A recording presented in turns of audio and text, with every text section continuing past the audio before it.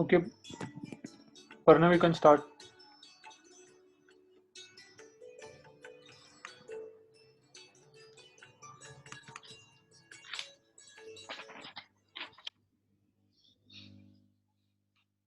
Namaste. Before we start the event, I request everyone to please keep your cameras on and microphone muted. My name is Parnavi Musare, and on behalf of Yuva Germany, I welcome you all to today's occasion, Youth Day 2021. There is a famous Sanskrit shloka, Swagruhe pujyate pithara, Swagrame pujyate prabhu, Swadeshe pujyate raja, Vidwan sarvatra pujyate. It means a father is respected only in his house, a mayor only in his city, a king only in his kingdom, but a man of great knowledge and wisdom is respected and honored everywhere around the world. Today, we are here to celebrate the birth anniversary of one such scholar. Today, we are celebrating Swami Vivekananda Jayanti, which is also celebrated as National Youth Day in India. Swami Vivekananda, as most of you know, was one of the most celebrated spiritual leaders of India. He was more than just a spiritual mind. He was a prolific thinker, great orator, and he worked tirelessly towards betterment of the society. His message of universal brotherhood and self-awakening remains ever relevant in this fast-paced, volatile world. There is a popular Sanskrit saying, Yad bhavam tad bhavati, which means whatever you think, that you will be. Swami Vivekananda's message to the youth was the same. He said, if you think yourselves weak, you will be. If you think yourself strong, strong you will be. See for the highest aim, work for it, and you shall reach the highest. By interpreting the Hindu scriptures, philosophy, and the way of life to the people of the West, Swami Vivekananda constructed a virtual bridge between the Eastern and Western cultures of the world. On behalf of Yuva Germany, we consider it our honor to celebrate the 150th birth anniversary of the great Karma Yogi. I take this opportunity to welcome our speakers, Dr. R.Balasubramaniam, author, scholar, and founder of Vivekananda Youth Movement, Mr. Rajat Sethi, author, advisor, and Dr. Akshaya Rajangam, National Vice President, NHS UK, the cultural team from SAM Workshop, and all of you present here. Now I request Shit Prakash ji to give an insight of Yuva. Namaste, everyone. Yuva brings together students, academicians, speakers, and other stakeholders to engage and discuss opportunities and challenges. We, as students and seekers, will focus on getting Indian students together, developing leadership in various disciplines, get greater exposure to successful entrepreneurs, and encourage students to actively take part in programs by giving back to society. For decades, students from Bharat have been studying in Germany and by now very successful in their field and expertise. Being Bharatiya by nature, we look forward to fostering and strengthening cultural relations and developing friendly relations with those of different countries. Meanwhile, we do make others aware of our rich culture by organizing various events, celebrating colorful festivals, and sharing diverse, delicious food in Food Mela. Yuva as a student association came into existence when a thought stuck that we need more than food, dance, color, and fun. We were missing Manthan, Chintan, Seva, and many more aspects of enhancing our knowledge that would, in a way, give back to society we are in. Our millennia old ancestors conducted a deep study of various aspects of human life based on which a profound universal value system has been codified. These values have been practiced and preserved since time eternal, be it relation between people in society, a student-teacher relation, relation between people and nature. Values have always remained at the center of every relation. These values have collectively been known as dharma. Dharma is defined as something that holds or one that sustains. Yuva Student Organization Association focuses to create better representation of Indian students by inculcating universal values via various activities such as Yuva Leadership Program, Yuva German language courses, workshop, internship, etc. etc. I would like to request if you are interested in joining or would like to learn more, please do not hesitate to get in touch. I mean, we provide at the end email address and everything. You can join us. And now I would like to request Pranavi ji to proceed to the program. Thank you. Thank you, Shiv Prakash ji, for such a information. Now we will head towards the first session. Dr. Ramaswamy Balasubramaniam is a development scholar, author, public policy advocate, leadership trainer, and activist, known for his pioneering development work with rural and tribal people in Saragur and Higadadavena Kote talukas of Mysuru in Karnataka, India. He founded the Swami Vivekananda Youth Movement (SVYM), a development organization based in Saragur when he was 19.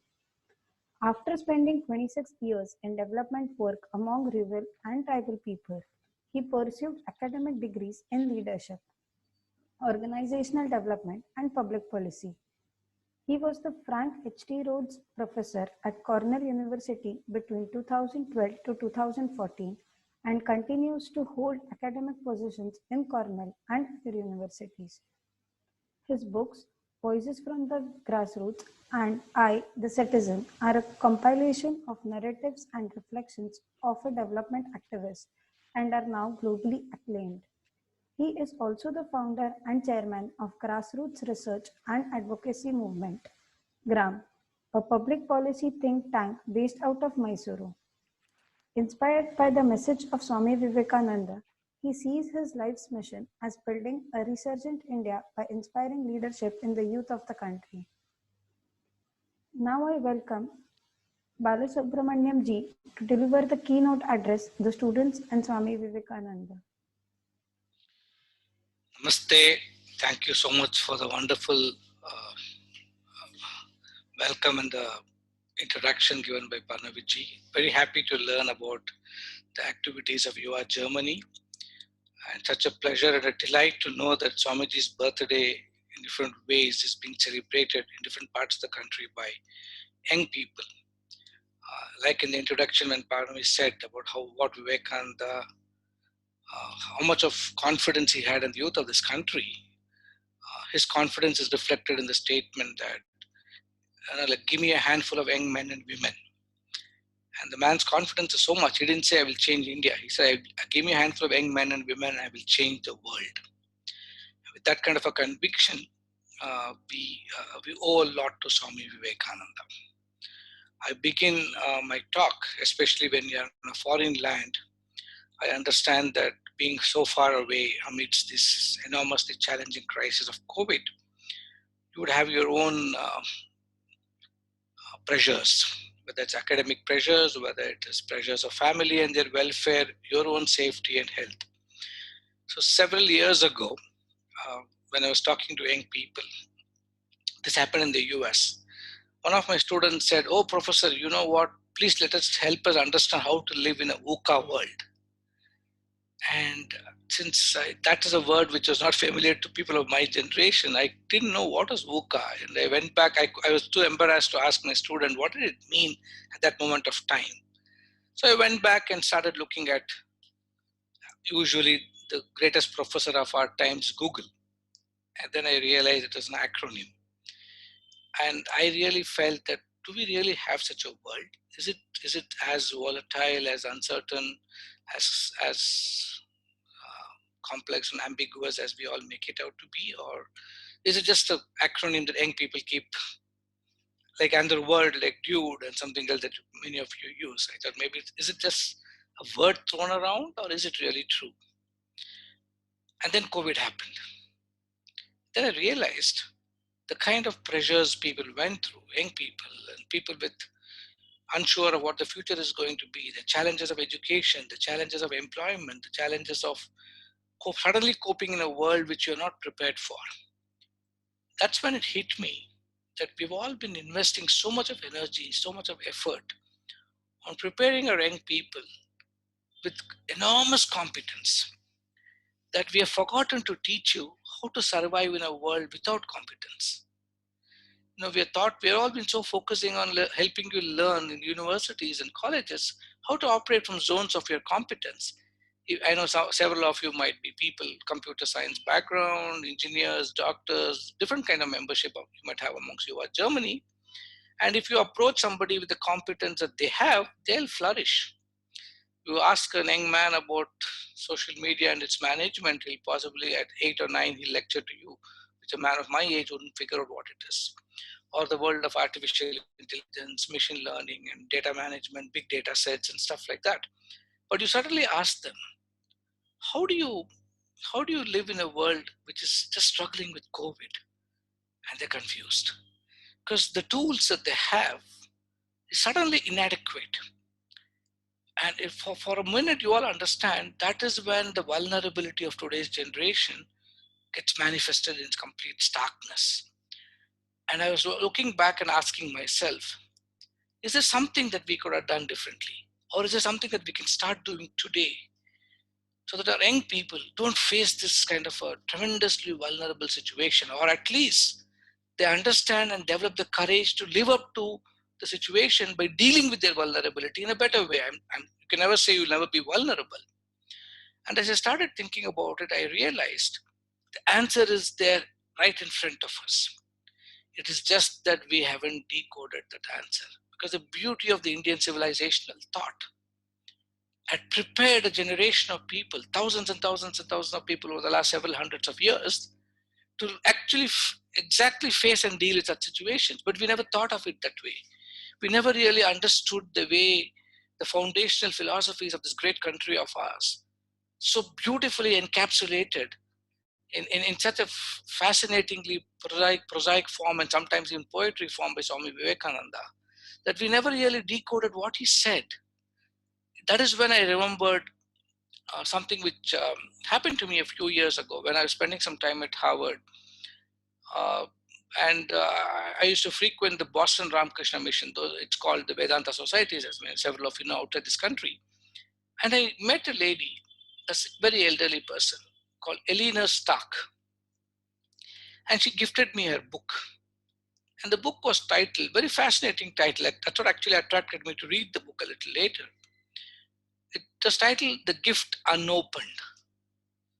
And I was wondering, what is this, a gift unopened? And then I suddenly remembered, most of us, at least so many of you would have been to the US. I'm not sure what the tradition in Germany is. When you give somebody a gift, the first thing they do is open it in your presence itself. And in India, if you were to do that, you would be embarrassed. Like, what, this guy can't even wait to go home. He's opening the gift in front of you. But that's the sort of the cultural norm in the United States. But I actually just opened it a bit, and then I thought my Indianness took over. I thought, let me go back to my room and open it. Strangely, I forgot that gift. Pressure of work and so many other things, you just forget everything. And then I came back to India, and a few years later, I suddenly remembered that I haven't read that book. And when I opened it out, I was fascinated to see a picture of Swami Vivekananda on the front page, on the front cover of the book. The cover itself said that. And I got curious. Now I got really curious, and I couldn't put the book down. That's when I realized Elena Stark was a historian who had moved as a very young person to the United States during the Holocaust time. And then after a few years, she got into historical research, and her research was to track the American history. And while tracking American history, she realized something had happened in the 1890s in the United States. which changed the entire historical narrative of the United States. And she had not heard of Vivekananda or Advaita or Vedanta or any of those concepts. And as she started going deeper and deeper and trying to find patterns of change, and she came into understanding what Chicago meant in the entire struggle and the entire travel path of Swami Vivekananda in the United States and the second visit and stuff like that. And she realized Vivekananda had come into the United States like a tornado or a volcano, and they swept the entire country. And she says, I quote her, it's a fascinating sentence. She says in her book, if Columbus can be credited with discovering the land of America, it was Swami Vivekananda who gave it her soul. And then she goes on to write, the people of the United States haven't yet realized this extraordinary gift that God has sent to the United States of America. And we still haven't opened him. She said it's a gift unopened. And if the United States were to open the gift called Swami Vivekananda, she says there's no holding it back. And if you look today, I think the United States needs Swami Vivekananda and his message a lot more than any other country right now. And look at India. Sometimes I feel, even in India, we haven't opened the gift called Vivekananda completely. Vivekananda is a difficult person to understand, an enigma in his own way, but very simple in his own way. If you can love this country, if you can love the people that Swamiji wanted to give his life for, the masses as he called it, then I think your journey of discovering Vivekananda has begun. So when I saw this title from Yuva, Germany about Vivekananda and Swami Vivekananda, students and Swami Vivekananda, I spent a lot of time thinking, why didn't they say Swami Vivekananda and students? Why begin with saying students and Swami Vivekananda? Then I realized there's something which is something in this title. So I thought, I was trying to figure out, is it simply just a play of words? It's just wordsmithy that I say Swami Vivekananda first and the students next. Then I realized maybe the constant is Swami Vivekananda, but students are changing over time, generational shifts and attitudes, etc. But it is each generation possibly interprets and understands Swami Vivekananda differently from their own lenses. So as a young person today, as a young man or woman today, how would it be in a post-COVID world that you would see Vivekananda? Would it be the same way as I might have seen him 30, 35 years ago? Would I, in my own way, get a message which is different from the message that you would see today? So is he even relevant to this conversation? Is it just emotional romanticism that makes us celebrate him and his teachings, or something deeper? And then I realized possibly the real medicine for the VUCA world of today, the medicine for dealing with the COVID and the post-COVID scenario, the medicine which can empower the young today to face up to life's challenges as we're seeing it, is possibly Swami Vivekananda. And the greatest gift all of you can unpack, open up, is Swamiji and his message. And as a student, there is no greater time than being a student. The fun, the pleasure, the privilege, and the freedom that you have. Freedom not just physically, the intellectual freedom that you all enjoy. The spaces in which you can today explore. The world of information, technology at your fingertips. The amount of abilities each of you can command. And the extraordinary confidence sometimes many of you reflect. I think you can't have a greater opportunity than what exists today. And unless you have a challenge like COVID, the opportunity to manifest this inner potential would not have been there. So I believe you're all presented not with volatility, uncertainty, and complexity as the world understands it, or as the Western world describes it, but in a different lens. It's an extraordinary opportunity for you to take this message of Vedanta to the world. Vedanta not in the way in which we understood it in the past, not in the way where information was just kept to the powerful to be used in a transactional way, but in the way Swami Vivekananda brought it to this world. And he coined the word practical Vedanta, not the dry jargon that we thought Vedanta is, but the way a lived experience. And that is how I think students and Swami Vivekananda are interconnected, because his message would resonate with every one of you, not just from a spiritual or a philosophical sense, but from an everyday existential sense. What do I mean by this? How would I even understand and unpack Swamiji the way we can all try together to do now? Is in a very simplistic way. For the first time, somebody stood up to the world and proclaimed that religion is not just sitting in a temple, church, or mosque and thinking about God. For the first time, somebody had the courage to tell, if you can't see God in man, you're as good as an atheist. Look at the power of the message during a time when India was being ruled politically by the British. We had come to believe that we are subservient. We had come to believe we are just natives without even a mind of our own. He had to shake this generation, wake us up, and tell us that you are special. He said, how can you call somebody a sinner at a time when the country was ruled by people who belonged to the religion, who believed in heaven, hell, and sinners? He said, to call man a sinner is blasphemy. See the divinity in every man. And he brought out this possibly the best definition I can understand about education. He said, education is the manifestation of the perfection already inherent in man. And today, my friends, is an extraordinary opportunity for each one of you to demonstrate this perfection and see how that perfection would look like. Is perfection a perfect A plus in every course you take? Is perfection completing your doctoral program, postdoctoral programs in the shortest possible time, getting the best possible job, earning the highest possible salary? Is that perfection? I would say, well, it's a very limited understanding of perfection. I'm not saying it's not perfection, but there's something far deeper in the perfection Swamiji meant. And that is where he gives us a window of understanding, an opportunity to unpack this. Let's look at how we're all been transacting in this world.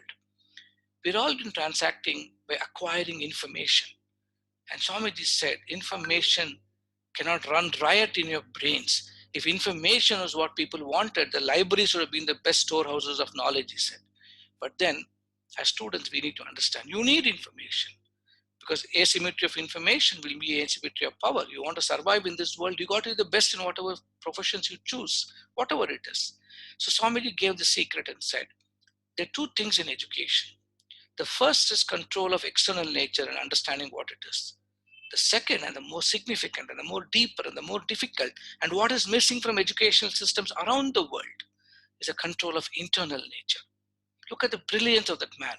He said what we are all learning to do well as students is controlling external nature. Whether you understand computers or you understand the word of metallurgy or understand medicine, everything is about the outside. But look at the power and potentiality if you understand control of internal nature. If external nature gives you the skill sets you have to survive in this world, it is internal nature which will help you enable to kickstart the journey to acquire your mindset, a mindset which reflects confidence, a mindset which reflects conviction, a mindset which shows the courage to live this conviction and to understand that deep inside you is that enormous dynamo of power driven by the belief that you are the divine. And that is what students of today need. What you need is not just the learning that you acquire in the outside world, but what you need is the ability to learn how to learn itself. And that can come from the inside of you, each one of you. And that is what possibly Vivekananda meant as a manifestation of the inner perfection, the inner potential that each of us can show to the outside world. And how would this young student look like? If I were to describe as somebody who's really inspired by this great message of Swamiji, I think it can be capsulated in just 4 Ds. The first D is the discipline to lead a student's life. And Vivekananda speaks about it a lot in several parts of his works, whether it's portions of the Raja Yoga or parts of the Karma Yoga, or in several different other places that he talks about education. He stresses on the fact on 2 things, discipline and concentration. And concentration is a consequence of the discipline that you reflect in life. The simple managing of your heart, body, mind, and soul, the emotions you show, the cognitive attainment that you can demonstrate, and most importantly, the fact that you can actually be balanced in your way you look at the world, the mind and the meditation, the powers of meditation that he talks about. Today, we don't really stress on all this. Many of you might have been products of our best institutions from India, whether the Indians of technology, the Indians of science, the IIMs, and all those great institutions that we have in this country. And from your 7th grade, 8th grade parents' dream is to see you there. And they constantly prepare you to such an extent that they destroy children's childhood today. Without recognizing, they're preparing them for the external nature. And the entire journey of discovering their internal nature is lost. And that is why, to me, when organizations like Yuva Germany come together to talk about not just the food, fun, and the flavor of it. And so beautifully explained by Shiv Prakash ji about the Manthan, Chintan, and all the bytex that you do. I think those are opportunities to kickstart your thinking for what is it that you need to do to change your mindsets. And how do you build that capacity to build that mindset? So discipline is something which he spoke about. The next D is determination. I'm determined to achieve what I want to achieve. That kind of fire, that kind of energy, he said only the youth can have. He even says it, not when you're worn out and jaded, but when you're young and full of energy. So the determination you can show at this stage of your lives is far excess of what it might be later on. Yes, inspired by Vivekananda, most of us will be young for life. That youthful energy is what Swamiji wanted, not just the chronological youth of what we all understand youth as, but that spirit and energy that he said, that endows you with extraordinary determination. The next, he said, was today many of you I find, society is going through an enormous crisis. We all know it's going through an ecological crisis. All of us know that. We all know it's going through a crisis of enormous inequities. Look at the entire COVID situation. Just two people in this world have made more wealth than the rest of the world itself. Putting Elon Musk and Jeff Bezos together, the amount, they just made $67 billion just during the COVID time, when thousands of migrants in this country had no jobs and no second meal a day. It's filthy to even think that somebody can generate that kind of wealth. But I'm not saying they shouldn't be making the wealth, but I'm concerned about those who are left out, the masses which Swami Vivekananda spoke about. And you look at, it's so difficult not to get sucked into the iniquities.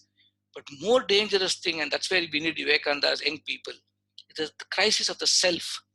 The enormous crisis many of our young people go through today. None of us actually think about it. Around the world, close to 1 million young people, less than the age of 25 to 30, commit suicide every year.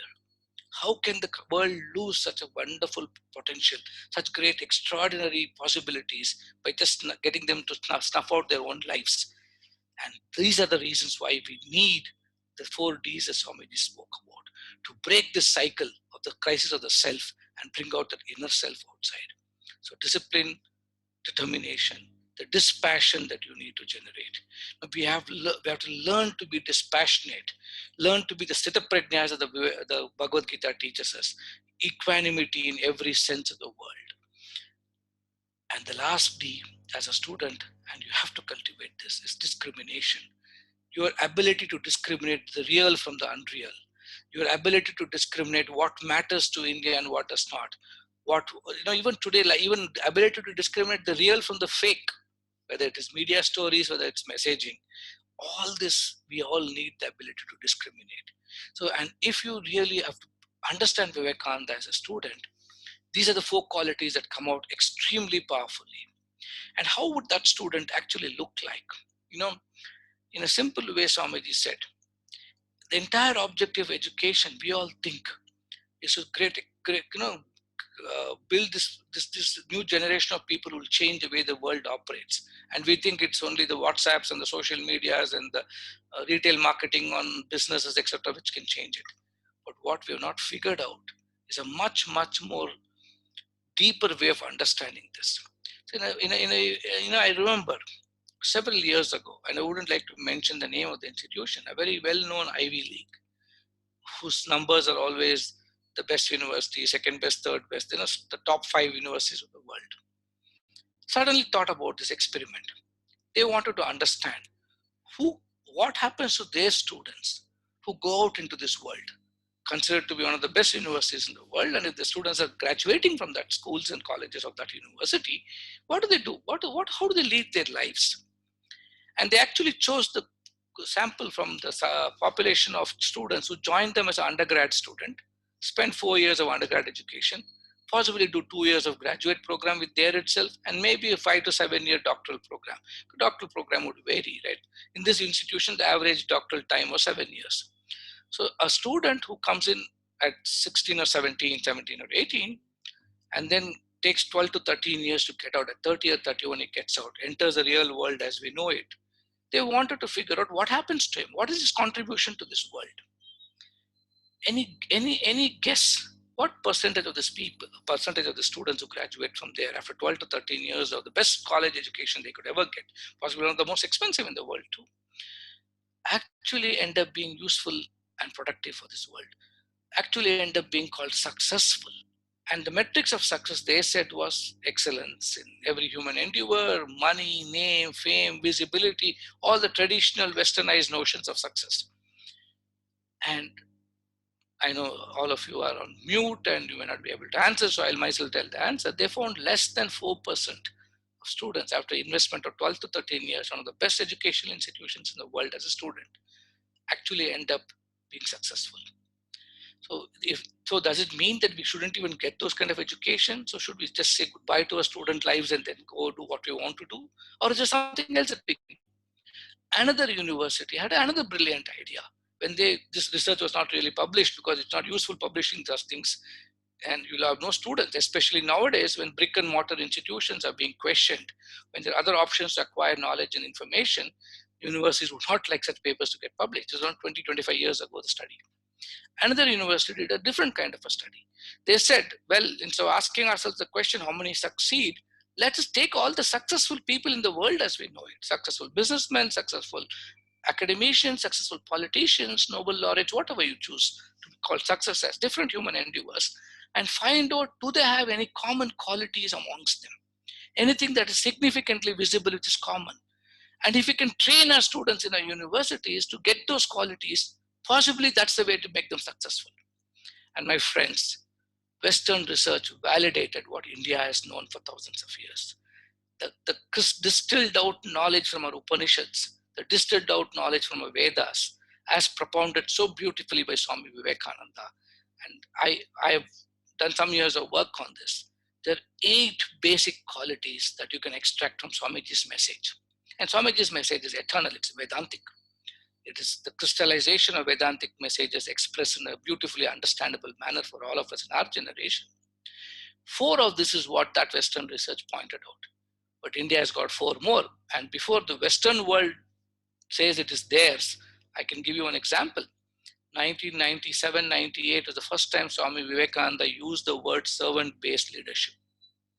For the first time in a recorded, in the English language, any recorded statement was by Swami Vivekananda. In the 60s, Harvard published a paper on servant-based leadership, and everybody thinks that servant-based leadership emerged from Harvard. In the 30s, Greenleaf wrote a book on servant-based leadership, though it was not very popular.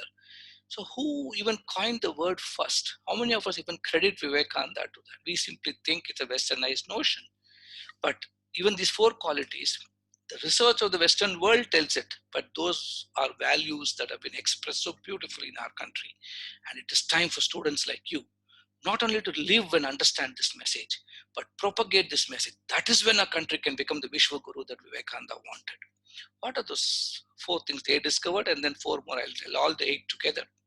The first thing is compassion. What the world needs today is compassion.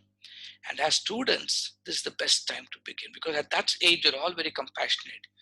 Competition doesn't destroy the compassion within each of you. Life in a very competitive space over time destroys it. Even if you have to compete, remember to compete collaboratively. And that's a very, very deep understanding of what spirituality is. The second quality is faith and hope. Enormous faith in yourself. Vivekananda says, if you don't have faith in yourself, but you have faith in all the 33,000 crore gods that we in India worship, you're still an atheist. It's of no use. Faith in yourself is what he asked. Generate that faith, saying that I can do this, I can do extraordinary work. I'm enormously capable. There's inner divinity in me which propels me to do what I have to do. And hope that the future is going to be greater than what we saw. You're not sitting back with your head in your hands and saying, oh my God, the world is bleak. But saying that this is an opportunity. COVID presents a great opportunity for me to understand how can I excel even in these situations, and hope that tomorrow is going to be better. The third quality that came out so beautifully from Vivekananda's message is the spirit of positivism. For Vivekananda, everything was positive, nothing negative. The way he described everything, he used to get angry when somebody used to be negative. So today there is so much of research about the science of positivism. We talk about it as though it's something discovered today. But let's understand the power of positivism is a Vedantic quality described in our Upanishads. Fourth is a sense of humor. We need to learn to laugh too. Being student doesn't mean that simply with your books all the time. And laughing is not at people. That is not the laughter we in India laugh. It is learning to laugh with people. And that's a quality the world needs to understand today. Laughing at our own weaknesses, laughing with people, looking at the world that it is the way it is today, and not trying to put down anybody. That sense of humor, sense of spirit of service. We talk of seva. You can't even get a equivalent English word for seva. In English, you can say helping somebody, but seva is not help. So even service is an inadequate description. Seva is something which is a deep mindset, the way you perform the service. And how is it, Swamiji said? He said, Shiva Jnane Jiva Seva. Knowledge of God through service of man. Using the opportunity of serving man as an opportunity to evolve your own inner spiritual self. Seeing God in every person and seeing the worship of man as an opportunity to serve the God. Can we do it? And in that space of oneness, experiencing the Advaitic feeling of the non-dual state. This is what Vivekananda meant. And that's an extraordinary sense of spirit of service. Next thing, Swamiji told us that spirituality is not going to the Himalayas and sitting in a cave doing japa there. In a very simplistic way, he said, start practicing the spirit of self-enquiry. Who am I? What am I doing? Why am I in Germany? Why am I studying this particular course? What is the future hold for the world, for me as part of this world? How do I negotiate with what's happening around me? Asking existential questions, living in self-doubt, but not being cowed down by it, but demonstrating exemplary confidence in looking for those answers. So exploring answers courageously in a constant mindset of experimentation is what Vivekananda said is the journey of self-enquiry. In one sentence, Ramana Maharishi captured it so beautifully and said, just live with one question all your life. Who am I? Am I Parnavi as I know it? Am I this body as a woman? Am I Shiv Prakash as I know it, as if the body of a man with a long beard? Is it something else? Who am I? The simple question. And that's exactly how do we need to begin a journey of understanding ourselves. That is the internal nature I spoke about. And the last two is, the next thing Swamiji said is fearlessness. He said, Abhihi, Abhihi, Abhihi, the most powerful Vedic message we can give to the world. Western psychologists understand courage. Courage is your ability to cope with your fears. But we in India go beyond courage. We talk of fearlessness, transcending the very notion and concept of fear itself. This is the message Vivekananda gave to young people today. This is a message students need to carry forward in their hearts. Fearlessness. I'm sure all of you are going through enormous phase of fear and uncertainty, but you're also coping with it. Go beyond coping and learn to transcend fear itself. That is the message of Swamiji you can all demonstrate to students. And the last is mindfulness. Constantly being intensely self-aware. Ask yourself, am I constantly being mindful about, am I really compassionate? Am I having the faith? Am I having the hope? Am I practicing self-enquiry?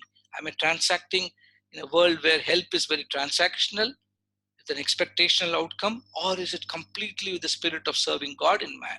So asking these questions and being mindful about it is what are extraordinary qualities. So I would say in conclusion, these are qualities which you can distill out from Swamiji's message. Qualities which the next generation need to build themselves up with. Qualities that the world is desperately hungry for, not just the students of India and Germany, but every young man in the world today. Look at the power and potential of India's youth. Close to 80% of all of you are less than 40 years today. 59 to 60% of Indians are less than 20. We cannot get a better opportunity than the enormous demographic dividend we are enjoying today. Don't make it waste, go to waste. Let's all join hands. Celebrate this message of Swami Vivekananda, not by just remembering on Youth Day celebration and then going back to life as we all know it, but living his message every day, living his message as part of a lifestyle, living his message as a message to the rest of this world. The universalism that he spoke about, enormous tolerance that he displayed, and the deep conviction in everything Hindu. At the same time, having the courage to say, I'm proud to be a Hindu, but also saying that everybody is to be in his own place. This kind of thoughts is what the world, which is so polarized, so filled with hatred and negativism, needs today. And if we can take this message around the world, that is a message of Jagat Guru that Swamiji dreamt about. He spoke about Mother India sitting on a throne, resplendent in her beauty, crowned with all the work of the young people of this country. And that is the Mother India we need to build in a non-romanticized way, in a non-emotional way, in a way in which we can be proud of ourselves and of this great civilizational contribution that we have made to the rest of the world. We need to get back a resurgence of those Indian ideas because the world needs it. And there cannot be any greater ambassadors than young students around the world. Indian students have occupied possibly every major university in the world today. And if you can take these ideas powerfully across, beyond your physics, chemistry, maths, computer science, and medicine, that's important too. But beyond that, this message that the inner power and potential of mankind is far more greater and stronger. And that is the power that the world desperately needs today. If you can create a generation of leaders who believe in that with the conviction, then we in India can say the gift called Vivekananda has truly started to open out. What we need is every one of you to awaken the Swami Vivekananda hidden in each of you. The real inner potential a student can explore and discover and bring out and manifest is a message of Swami Vivekananda that is lurking inside you. Bring it out, express it, shape this country, shape yourself, and shape the whole world itself. Thank you all so much for inviting me here, allowing me to share some of my thoughts. Swamiji is somebody which I can keep talking about for days together, and I can pause here for some time. If there are any questions that you'd like me to take, I'm sure one of the organizers can curate and ask me those questions. I'll be happy to answer for a few minutes. Thank you all again. Namaste. Thank you, Dr. Balasubramaniam ji, for an insightful session of Swami Vivekananda. Yeah, we have 3 questions. The first question is from Akshay Gudi ji. Can you suggest a good book on Swami ji? I would suggest 2 very simple books. But I would also suggest 2 more books after that. The first 2 books are extremely simple and that changed my life. One is called To the Nation and the other is called To the Youth of India. As a young 17-year-old, that's what altered my destiny. But 2 other books, once you get deeper in understanding Swamiji, is read the book Lectures from Colombo to Almora. The series of lectures Swamiji, after landing back from the United States at Colombo, and he traveled up to Almora, every location was given a grand reception, a grand welcome. People used to crowd around wherever he went, and he used to speak public lectures, town hall meetings. And those are compiled together in this book called Lectures from Colombo to Almora. It is an extraordinary treasure house of inspirational wisdom that every young man should have. The last book is a different kind of a book. It's a compilation of different portions of his life and work where he spoke or he wrote, either as letters or as lectures. And Ramakrishna Mission has actually compiled it and curated it and collated it together. It's called Swami Vivekananda on Himself. These are references in his own works about his own self and how he saw life. If you can read these 4 books and try to live what Swamiji says in that, I think there's no greater way to understand his message. Thank you. And the second question is from Deepak Desai ji. Can you elaborate how to self-inquiry while not really going towards crisis of self? I think I made a passing reference to it. You're right, self-doubt, without the confidence that you can discover the answer, without the toolkit of faith. And that's where faith is also an inadequate word, Shraddha. Real deep Shraddha in you begin the journey with Shraddha. Vivekananda himself says this. He always calls upon people to experiment with the truth, understand it, and say, don't accept what I say. Even Bhagavan Krishna says in the Bhagavad Gita to Arjuna, don't accept what I say. Try it out. If it works, take it in. Vivekananda says the same thing. All the Vedantic messages I give, try it out. Experiment with it. If it doesn't work, throw it into the dustbin. That kind of, you must begin your journey with faith and say, there are answers, either in a scriptural wisdom or within me. And with that faith, if you start, you will always be, the self-inquiry path will be positive and hopeful and filled with confidence. But if you're not going through that strength, if you're going to be self-doubt filled with diffidence, self-doubt filled with, in the capacity or the unwillingness to accept your capacity, then your journey of going down begins. Despair, depression could be a result. So you got to catch yourself there. And that is where you need a good mentor And in today's world, using the word guru is what we would use normally, but I'll call it a mentor. Each of us need a guide, a guru, a mentor. And once you have that, then I think that will be he or she will be the person who can catch you at that tipping point and make sure you don't go down, but you stay there or start going up. And that is the difference, I would say, between self-inquiry and crisis of self. Thank you. And the third question is also from Deepak Desai ji. As students of doctorate or MS, how can a student learn, relate, and address India's contribution in the related fields, especially when proof of subject is required? Do your thesis on that. I'll give a small example. We all believe human development is a westernized narrative. And we all live with that nonsensical growth narrative, 8% GDP, 10% GDP. Countries are celebrated for growing at 30%. Look at the way we celebrated China for a long time. But do you know the Indian narrative of human development? Just because Amartya Sen and Makbuhal talk about capability approach, look at the Indianized version without any romanticization. A lot of my own work the last several years has been trying to unpack it. The work of economic historians like Angus Maddison, who could measurably demonstrate that India was the only country which sustainedly and consistently grew through all the last 20 centuries. No other country in the world has done it. So everybody focused on the economic growth, but ask the simple question, what actually causes that economic growth? And I started going with that question. What is so special about India that we could sustainably grow? Remember, 16th century, close to 38% of global GDP came from India. 17th century, it fell. 18th century, we lost out by the time we got our independence of 2%. Today, we need to bring back the resurgence. Between China and India, 68% of the world's GDP came from these two civilizations. Instead of saying we were so rich and powerful, ask yourself, why were we so? The greatest reason, and it stares on our face, is India never focused on wealth creation. It focused on building people. That is why Vivekananda says man-making and character building. India's narrative of human development was growing human capital, investing on people.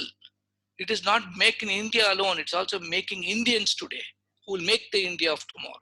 He spoke of human capital in 4 dimensions: the physical, the cognitive, the emotional, and the spiritual domains. Now today, the narrative of development is shifted. World Bank talks about human capital. The World Bank says we all accept it. But if our own historical Puranas and the stories bring out this reflection, we don't accept it. So I think what the world needs is a language. And even remember, even the language of research has got so westernized today. We need to command a new language which is very objective, which is I'm not saying we should be just blinded and say everything Indian is great. There are a lot of rubbish in our country. Vivekananda was the one man who said, throw away the rubbish. The rubbish exists. There are a lot of things pulling us down. He even gave the story of 2 crabs in a bucket, compared them to Indians and said one crab tries to grow up, all the other crabs will pull him down. These are the diseases India has got. We must throw away the casteism, the untouchability concept, all this nonsense that we've built over generations. But that being said, we can't be blind to the greatness of this country. And if today's world demands a language in which it's presented so that the westernized versions can understand the Indianized thought, that is where people like you can come together. So be very objective. Do your research on this. Why do you choose research topics that you think is the best for the world? Why don't you have the courage to choose a research topic which can address the needs of the world from an Indian lens and frame?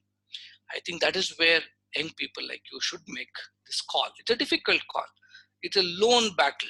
It's sometimes a very insecure battle because you're seeing all your peers and everybody around the world doing what everybody does. But what's so great about you going to an MIT or a Harvard or Oxford or the best in German institutions and doing what everybody else is doing? Choose a path driven by your conviction, driven by your courage, and driven by the belief that you can discover something new, translatable into the language that outsiders understand, and that is, you'll be a trailblazer. So be a trailblazer, don't just be a follower. Thank you, R.Balasubramaniam ji. Quoting Swami Vivekananda, a cheerful mind perceives and a strong mind hews its way through 1,000 difficulties. With this, we come to an end of our first session. Before proceeding to the next session of the evening, we have a 10 minutes break and we'll be back by 17 o'clock hours, that is 5 p.m. Please do not leave the meeting. You can switch off your cameras and microphone. Thank you. Namaste and thank you all and wish you all the very best. And I will leave the meeting, Parnaviji. Yeah, thank you.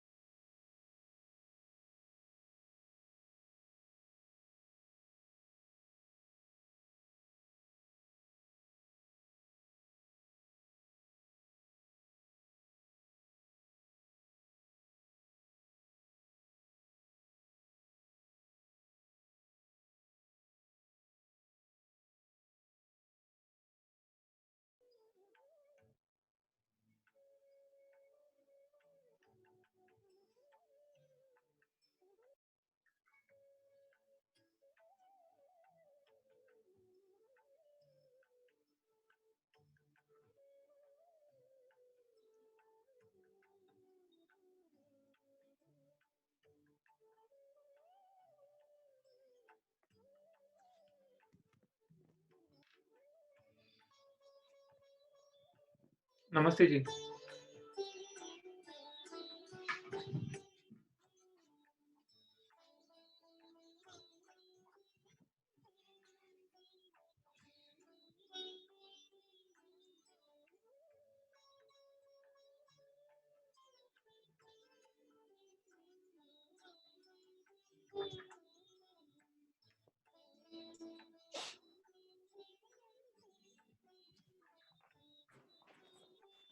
Namaste ji. हाँ.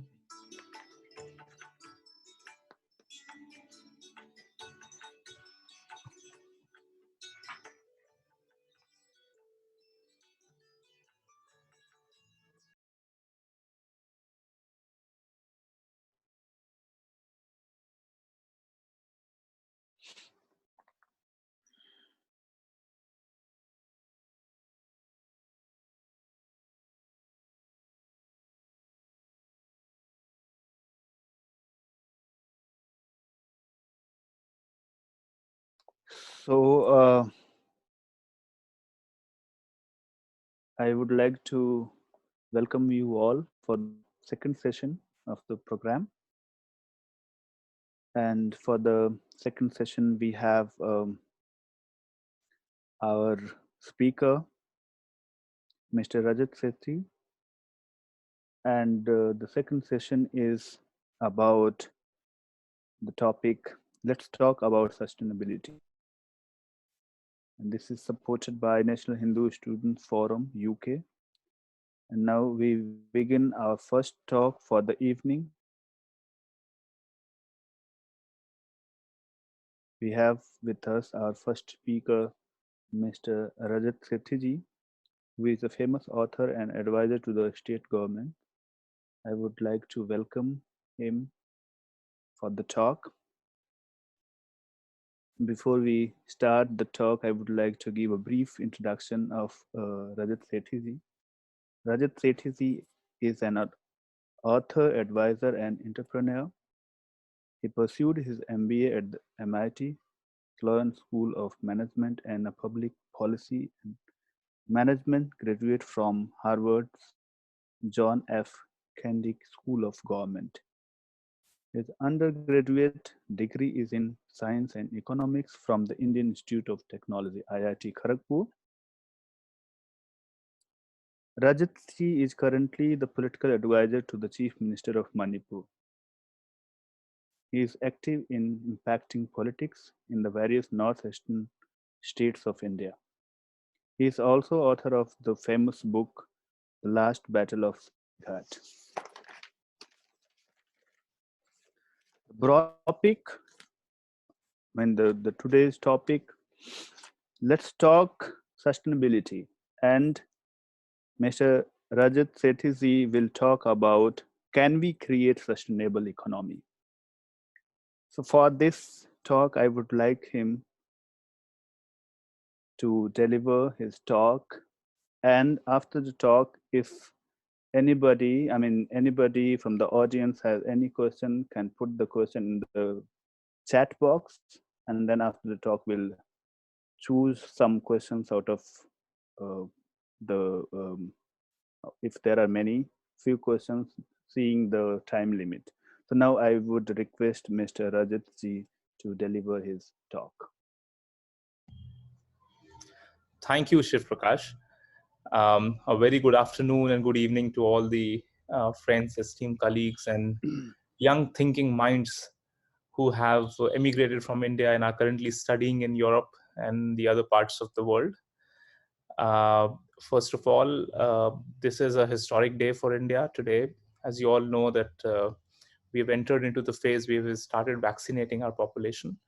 So we, all Indians across the world, are feeling very, very privileged to be associated with the true Vishwaguru that we had all envisaged in our young days, and we all had hopes for, together building a country which the world will look up to. Now, in this current topic of sustainability, before I delve deeply into what sustainability is, I don't want to lecture you and bore you, because sustainability is one topic where Perhaps all your professors and all your teachers, right from undergraduate days, would have poured you enough with. But I will certainly put forth certain set of ideas which I feel are pretty essential to young mind like yours who are going to take very responsible corporate positions in the future and also in the government. When all of you are looking up to what you want to do with your life and what is the broader canvas that you want to paint your life with, there will be an essential turn of events in your lifetime and in my lifetime, where essentially questions around sustainability will be make or break decisions on our career progressions. And this is the precise reason why I thought that this would be pretty interesting, away from what your professors have been, indoctrinating you around sustainability and its related concerns. Uh, well, to begin with, I work in the northeast area of India. It used to be a pretty neglected area. Uh, I had never stepped foot into this region. And I'm pretty sure that many of you wouldn't have entered into this region ever, or wouldn't have even cared about knowing that this part of Bharat is so essential to not just strategic concerns, but also to the environmental concerns of India. The entire breathing space, the forests of India, are all concentrated in these intensely biodiverse hotspots of our nation. And increasingly, we are seeing that there is a swing of momentum away from this capitalist driven societies which the western half of India dominates, to this more rustic way of life where sustainability is very ingrained into how life is approached, and how nature is one, and nature is of a paramount importance. And northeast is one such area where I have the opportunity and luck to serve with, and to understand what are the pressures of sustainability that we foresee in our day-to-day lives, even in governance and policy making. um, I look at internal security as a full-time job. I look at the concerns of militants and insurgency in the northeast, and also the big challenges that the region faces. And I had never imagined that one of the challenges that I would be looking into or addressing would be all tailored around climate change. I'll tell you the reason why I'm trying to make this broad assertion here. Northeast, as you all know, principal reason of insurgency and militancy in this region is because people here feel that India's demographic pressure is going to make people here micro minorities, and therefore they need a free land, a free country of their own. This is broadly the principal concern, that our resources are pretty less. We are micro minorities, very small segment of people, and we will get completely throttled by the population pressure which is there from the mainland India. This concern that will be obliterated by the population pressure drew enormous amount of insecurity in the larger population and larger section of people living in this region. All the more, Bangladesh, which lies in the womb of India, especially in the womb of the Northeast, was facing a lot of climate change related pressures. There was mass exodus of people who were Bangladeshis into the region, into the Northeast areas. And this is precisely the reason for which you would have seen the entire debates around Citizenship Amendment Bill and the NRC and whatnot, which dominated the news cycle for the last 18 odd months. Throughout the debates that contemporary India, you and me are engaged in, essentially, if you take further steps back and look at the broader picture, the principal concern is sustainability and climate change pressures that Bangladesh is currently facing, and that pressure which is coming, that this entire country will be inundated, will be full of water, it will be submerged into water, and that population will eventually go somewhere, and the immediate periphery is going to be West Bengal and the Northeast region. And we are already seeing economic pressures of people, land is shrinking, we are seeing greater sense of population pressure on Bangladesh, and therefore the spilling over into the immediate neighborhood, which is the Northeast and the West Bengal area. This is the principal reason why we are seeing increased amount of, insurgency, turbulence, people illegally migrating into the country, crossing Brahmaputra river over the riverine areas and entering into our country. Therefore, the the catastrophic impact by not addressing sustainability question is so immediate and so near to all of us that we need to start prioritizing in our in our conscious minds, in our day-to-day understanding of what drives our politics and what drives our economic decision making. What I'm essentially trying to say is that a lot of things which apparently you will feel is not connected with the sustainability question, but when you deep dive into it, lot of the pressures, lot of insecurities, lot of zero sum games that various communities are entangled in all have a root cause problem of sustainability. You look at people migrating into Europe, you are all from Germany and related parts of Europe, you will understand the kind of pressure that the incumbent population feels about migrations and the migrants who are coming in from Syria, from Turkey, and all of the Middle Eastern countries. Why is there such a strong repulsion or an immediate reflex against any topic of migration or any topic of illegal migrants coming in from either Western Africa or Northern Africa or Middle Eastern countries? And this is not just true with Germany, it is also true with France. So a lot of the pressures that European nations are right now facing essentially has to do with fundamental issues which where the bottom, if you were to scrape through and find the bottom, essentially it will be around sustainability, be it water security, air security, or food security. Look at China. China has threatened India's immediate security concerns to an extent that for us and all the think tank folks currently operating in the strategic affairs of our nation consider China as the single biggest threat. But this threat manifested only because of the Ladakh incursion. But we forget to understand that China's planning and pinpricking India has not started with Ladakh.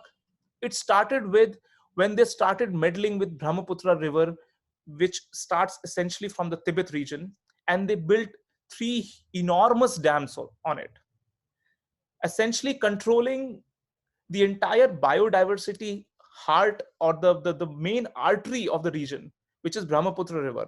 They essentially control it right now.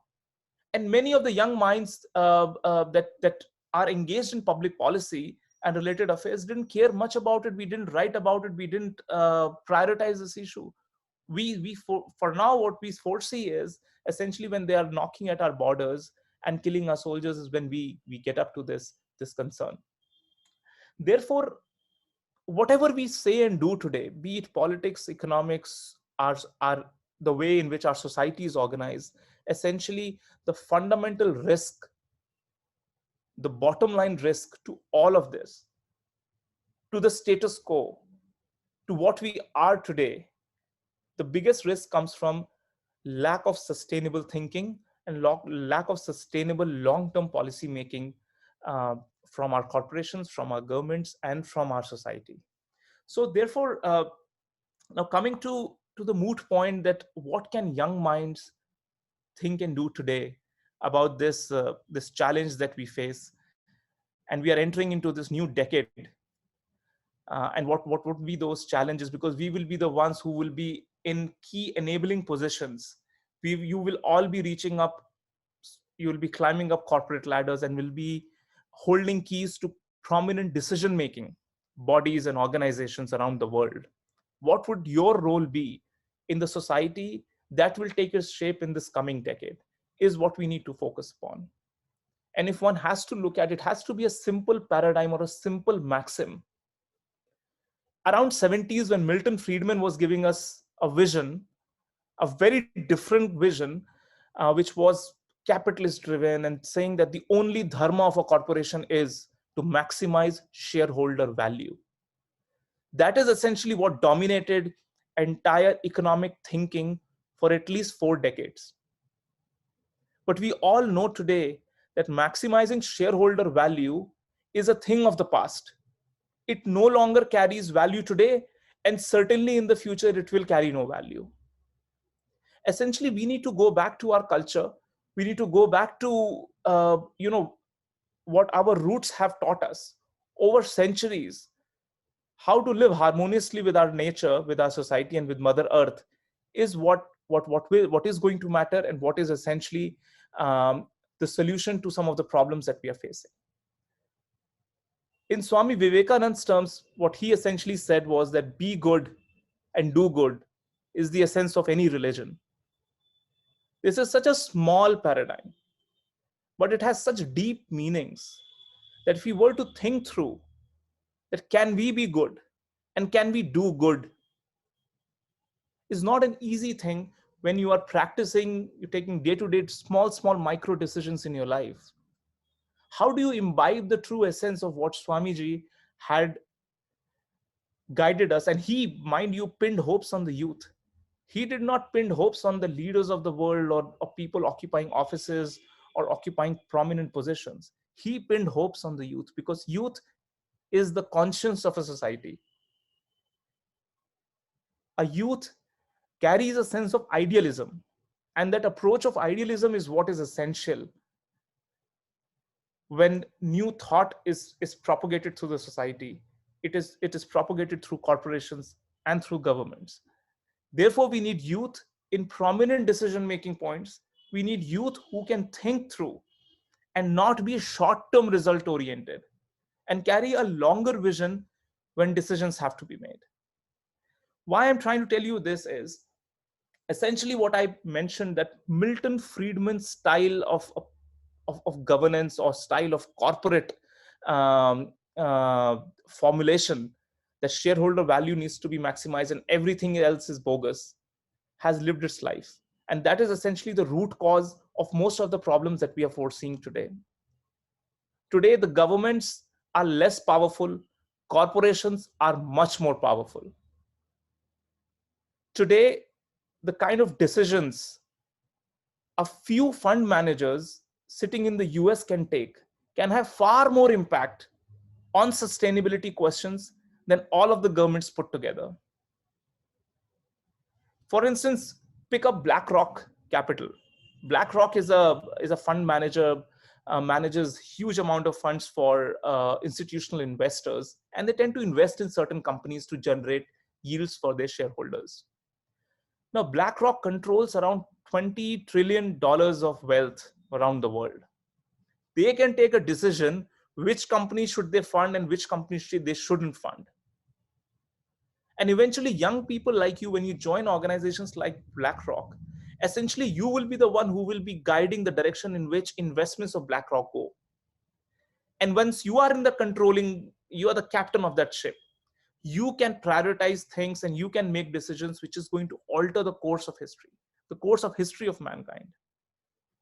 Why I'm saying this is, BlackRock recently took a decision that they are going to absolutely defund and move out all of their investment from any organization or any company which has to do anything with coal power.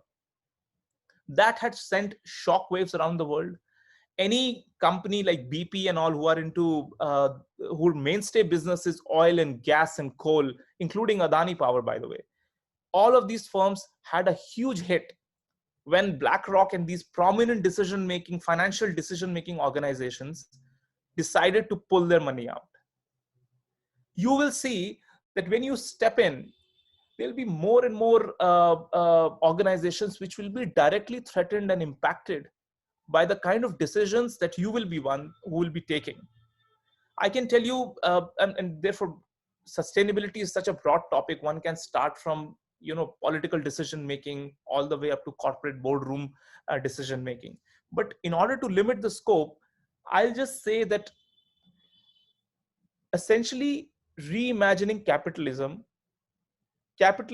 of what is today, of what it is being practiced today, that holds the key for solving problems of not just the next decade, but at least the next 3-4 decades. India is entering into a time when we at least hope that we will be the second or the third largest economy by 2030. But the kind of population pressure that we are going through And the population disadvantage or the demographic pressure that we will foresee in the near future is mind numbing. You will see that the pressure on our resources, the pressure that India develops, because right now our emission targets are pretty much lowest around the world when you measure it by per capita, but it is third largest when you measure it on an aggregate basis. India's challenge essentially is that we need to grow and grow rapidly, but we have far lower resources. And anything that we do and we are willing to do in a cheaper way is going to become much more costly, because the world is going to impose sustainability taxes on us. Therefore, our demographic dividend, before it becomes a demographic burden on our nation, we need to grow and grow swiftly. But what course of action should we take is something that policymakers have to constantly grapple with. When you enter into the space after you graduate and step into the corporate world, step into the government world, you need to think through that what we are seeing today, the kind of peace and prosperity that our nation is going through and the world at large is going through will not be the same in next 20, 30 years. When you will see these insecurities manifesting on the streets, you will see rioting on the streets. There'll be riots, there'll be arson, there'll be loot. And that is going to happen in our lifetimes.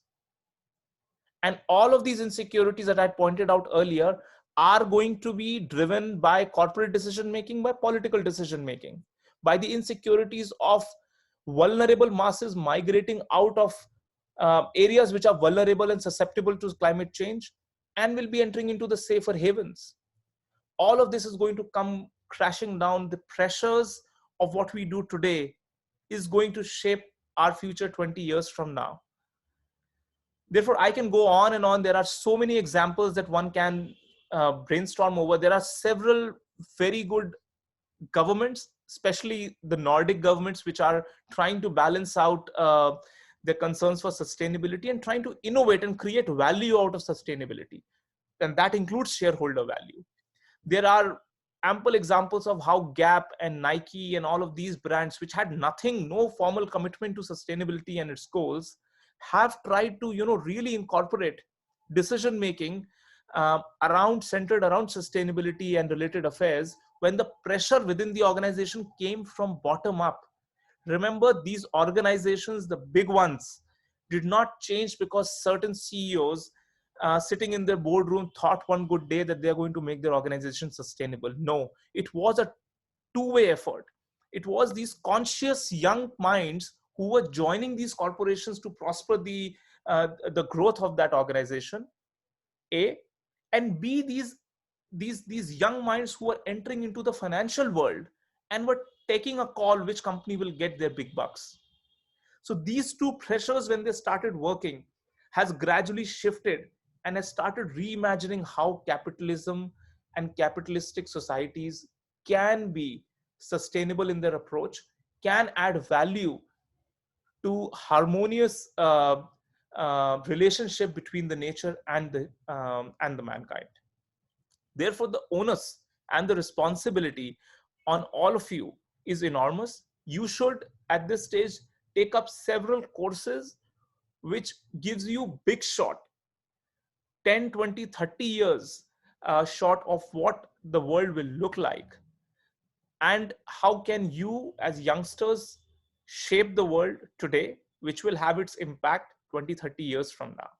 I can suggest a few books to all of you, which you should read and understand the magnitude of problem, A, and B, the responsibility that the youth of today has on its shoulders, and they need to manage in their day-to-day decision making in order to build a society, build a nation or a planet which can be sustainable for all. And essentially, deep down philosophical transformation has to happen so that we can all be good at heart and we can all do good.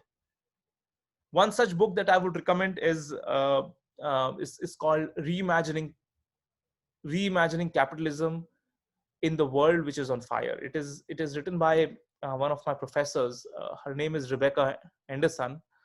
Rebecca Anderson wrote this book when she realized that it is the young students and the young minds studying in universities, which have such strong power to change the culture of organizations, that once they graduate and enter into, if they carry that set of ethos, that sense of consciousness around what needs to be done, a lot can change in this world. Therefore, I really appreciated what she has written in this recently. It's a 2020 published book, very recent, but it will tell you which way the world is headed towards, and which way you young people who are going to graduate out and join the real world, how can you create meaningful impact in your lifetimes. Thank you.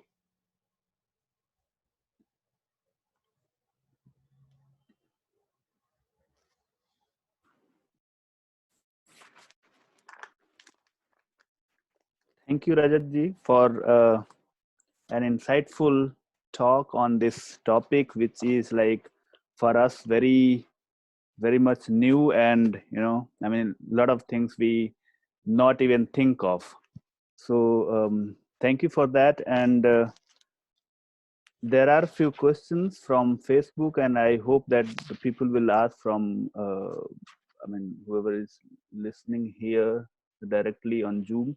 So first question which we have from Facebook, person is how interesting scare resources is leading to separatist activities. To what extent are our political class even aware of this?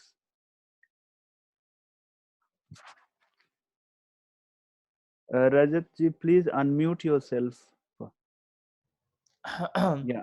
See, there is an impulse among young minds that politicians are good for nothing. That's not true. They invest their entire time and energy living among the people, understanding their concerns and articulating it, being the representative of them in various legislative bodies. So having worked with the politicians, I can deeply appreciate the kind of understanding and the concern that they have. They might not be very articulate in terms of finding solutions out of those problems. And this is where innovative minds like yours have to step in. But largely, they do understand the problem. They clearly understand the kind of security threat that India is facing. And these are not just military or strategic security threats that our nation faces. There are some immediate concerns that that we are going to face in the near future, because there are projections that countries like Maldives and countries like Sri Lanka and like Bangladesh, largely the blind spots of the world, where world doesn't focus much upon, there are vast swathes of humanity which is living there. Tomorrow, once you start seeing that districts after districts are getting underwater, where will the population go? And India can't wash off their hands saying that, see, this is another nation, we are not responsible for them. You will have to step in. And as a growing leader, and we all hope that in our lifetime, we will see India as the largest economy and the biggest superpower of the world, we are going to confront these problems. And you are the ones who will be in the decision-making chairs to take a call as to what do you do. And the only fear is that, would that be too late for us to change the direction? Therefore, politicians do understand the horizon of politicians is usually 5 to 10 years. And that is where the real problem is. And this is also the problem with corporate managers. Any corporate CEO knows that he is there for 4 or 5 years and he has to address one quarterly result after the other. All of these companies which are publicly listed have shareholder meetings every quarter, and they need to tell their shareholders what essentially are they doing to expand and maximize their value. And he can't come out lecturing them, their shareholders, around sustainability. Therefore, reimagining capitalism is very hard. It's very difficult. Thank you. So, We have two questions from Deepak ji which are interconnected. One is, why sustainable tax on growing countries like India? How did China trick the world and went past all the developed countries? And one more question which is connected to this: is sustainable growth even possible in a democracy, especially when the world is being saved by left-leading ideology? see, sustainability question is not a left-right question. It's a question. If you change your spectacles, you can see it from whichever point of view you want to have a view from. This is a problem which across the board people tend to understand. There are few people who have a very short term or a very myopic understanding. Trump was one. Donald Trump believed that the entire thing is a hoax.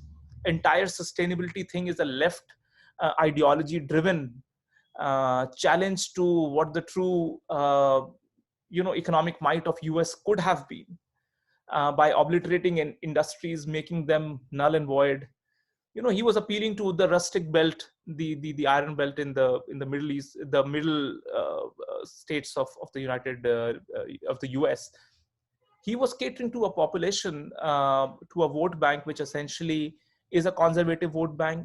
You can brush them with the India conservatives. The Indian conservatives are very different. We believe in a civilizational view of the world, and we take pride in what our culture stands for, and the kind of solutions that we can see by reinterpreting our old religious books, as well as what our ancestors have told us. So therefore, what Indian conservative or Indian right, so to say, thinks and believes in is very different from what the US or the European right believes in. So we should not differentiate or mix this between right or left. But essentially, the problem is, and the approach, the solutions can be ideologically driven, can be slightly different. But tell me one thing. When Prime Minister Manmohan Singh back then started with this vision of sustainability, it was not the BJP who was sitting in the opposition which was opposing that we should not be sustainable or we should not take global leadership in that effort. It was Prime Minister Modi who carried on that effort and doubled down on sustainability, because he foresees not a myopic view. He has a very deep vision that it is going to be, there will be value which will be created out of sustainability. There are ample examples around the world. There are so much innovation which comes in because the world, once it starts pushing pressure on itself to meet certain ESG goals, the environmental, social, and governance related goals, that it is forced to do innovation. And this is where Prime Minister Modi thought that if I force the world, or if I force India to begin with, and self-impose certain targets on my nation, we will prosper out of this, we will grow out of this being a stronger nation. I can tell you in 2008, 9, 10, around that time, solar power, which is so ubiquitous right now, 1 unit of solar power costed around 20 rupees. That was the cost of solar power. And minus inflation and everything that you discount off, if today the market price is 2 rupees of solar power, which is at par, which we call grid parity, it has come down at the same level at what coal power is offering you at this stage. In fact, coal power is more expensive today, because you look at what Adani had massive coal mines in Australia, but he's not able to dig up coal out of that at all because of the kind of pressure that he's facing from various Greenpeace kind of organizations around the world. He is under deep trouble because he invested enormous amount. He took up a lot of loan, international debt, and he invested in coal mines. And that decision is backfiring on him. And there are examples around the world which I can keep narrating. But I'm telling you those things which you can relate with. It was Prime Minister Modi who doubled down on solar power and ensured that 100 gigawatt plus of solar power is there. And that, once you make a technology so ubiquitous, you have such strong targets, of course the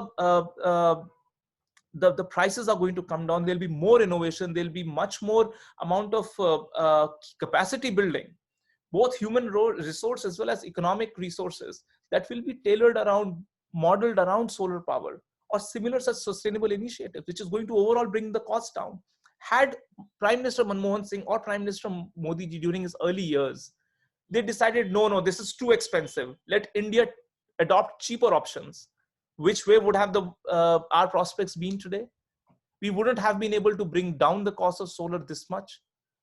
And today, India is standing up to the commitments that it made to the Paris Accord in 2015, and it continues to live by it. China and the US, they both broke apart the Paris Convention.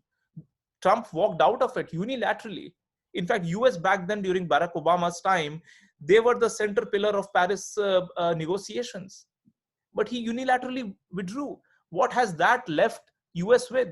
US used to be a global power, whereas it was also the moral compass holder of the world. It no longer is. If today India has to take that global leadership, it has to foresee itself as a Vishwaguru, then it needs to take long leaps of faith centered around sustainability. Yeah, one more question, which will be last, and I request you to answer it briefly, since we are running out of time. So, majority of India suffers with private and expensive education and healthcare. After coming out of university, most of students go for return on invest rather than research on sustainability. How can we solve this big issue? If you answer it briefly. So yeah, really quickly on this. See, India is a free nation. We are free to do what you want to. Ultimately, it's the larger economic forces and the invisible hands of the market which is going to drive your decision making. And this is why I said that every focus on our effort has to be to control these invisible hands so that they don't take us away from where our true mission and vision should have been aligned with. We should try and shape these invisible hands in a way that they don't strangulate our impulses, our choices, or out of free will.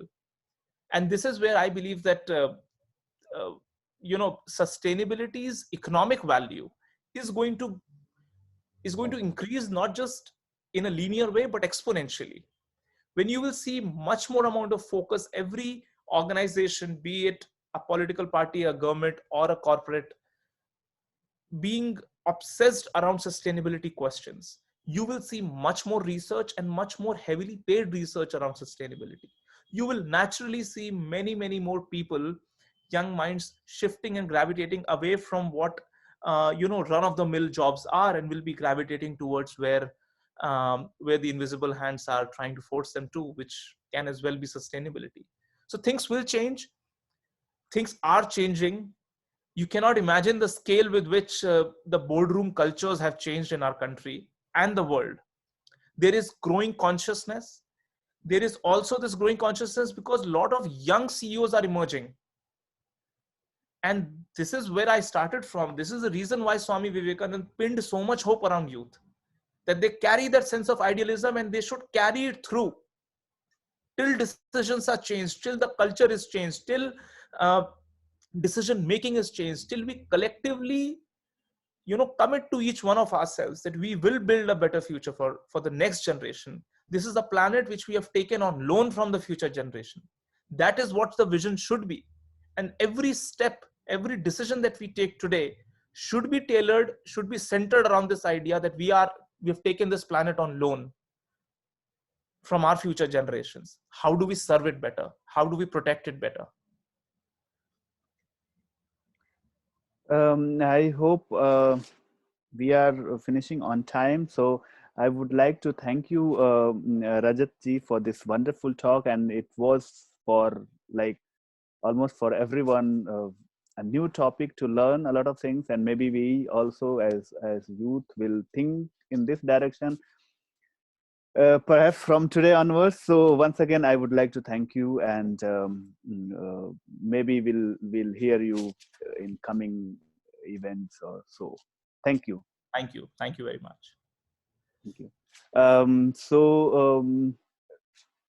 Now we move to our second talk on the topic: veganism, a trend or food of future. And to deliver a talk on this particular topic, we have with us Dr. Akshaya Rajangam. Before I request her to deliver her talk, I would like to give a small introduction. Dr. Akshaya Rajangam is a junior doctor, speaker, and youth volunteer. She pursued her MBBS BSc honors from King's College London, and currently she works as a junior doctor at Leicester. She currently serves as the National Vice President at National Hindu Students Forum UK and is graduate of the first cohort of Vani Speakers Academy. A Bharatanatyam dancer by passion, enjoys reading, painting, and nature. Now, we would like to welcome Akshaya ji to deliver her talk on the very interesting topic, veganism, a trend of food or future, food future. Namaste. Thank you, Shivji. And I'm deeply humbled to be here in front of you all today, virtually, to share my perspectives on this topic of sustainability and how veganism could fit into this.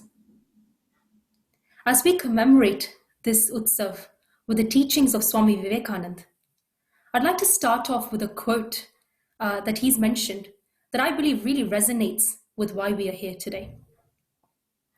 Practice virtue. Persevere in virtue. Become established in virtue.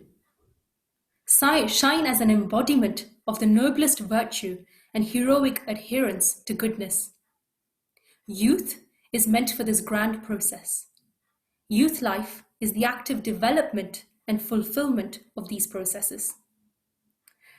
We had the privilege of hearing from Rajat ji and Dr. Balasubramaniam ji earlier, very much talking about how we as the youth are now in a stage in our lives where we can really start to shape the very society and world around us, a society that so far we have been nurtured in, we have grown up in, and that we have taken from. Now, we've heard different perspectives on what sustainability means. And Rajat ji just now gave us a lovely talk on what could a sustainable economy look like and our responsibility towards it. Now, when I looked at this word, sustain, I was very curious to see where it came from. And actually, it's a term that only came about in the early 1400s. It came from a Latin term, sustenere, which means to support, to keep, or to hold up. But then this practice of sustainability, we as part of this ancient Indian civilization living today in whichever country that we live in, we are a living testament to this notion and practice of sustainability. Because we have inherent value systems, inherent practices, inherent ideas that have traveled through the last 1,000 years from our civilization to still stay alive today. So what does sustainability mean then? Now, for us to understand sustainability and the idea of veganism that we will delve into, we first have to appreciate our role as individuals and our interconnectedness with the world that we live around us. You and I, we are two distinct individuals. We each have our own bodies, and we think, we eat, we live. But everything that we act on, everything that we experience, we're a part of this intricate ecosystem. We're so interconnected that our experiences, our thoughts, and our actions leave an impact in the world around us, leave an impact with each other. My perspectives that I'm sharing with you today is a culmination of the thoughts and ideas that I have been recipient of. And similarly, the words that I leave you with today, the words that we've heard today, would lead to a set of actions that will impact your own ecosystem around you. So what does it mean to be sustainable?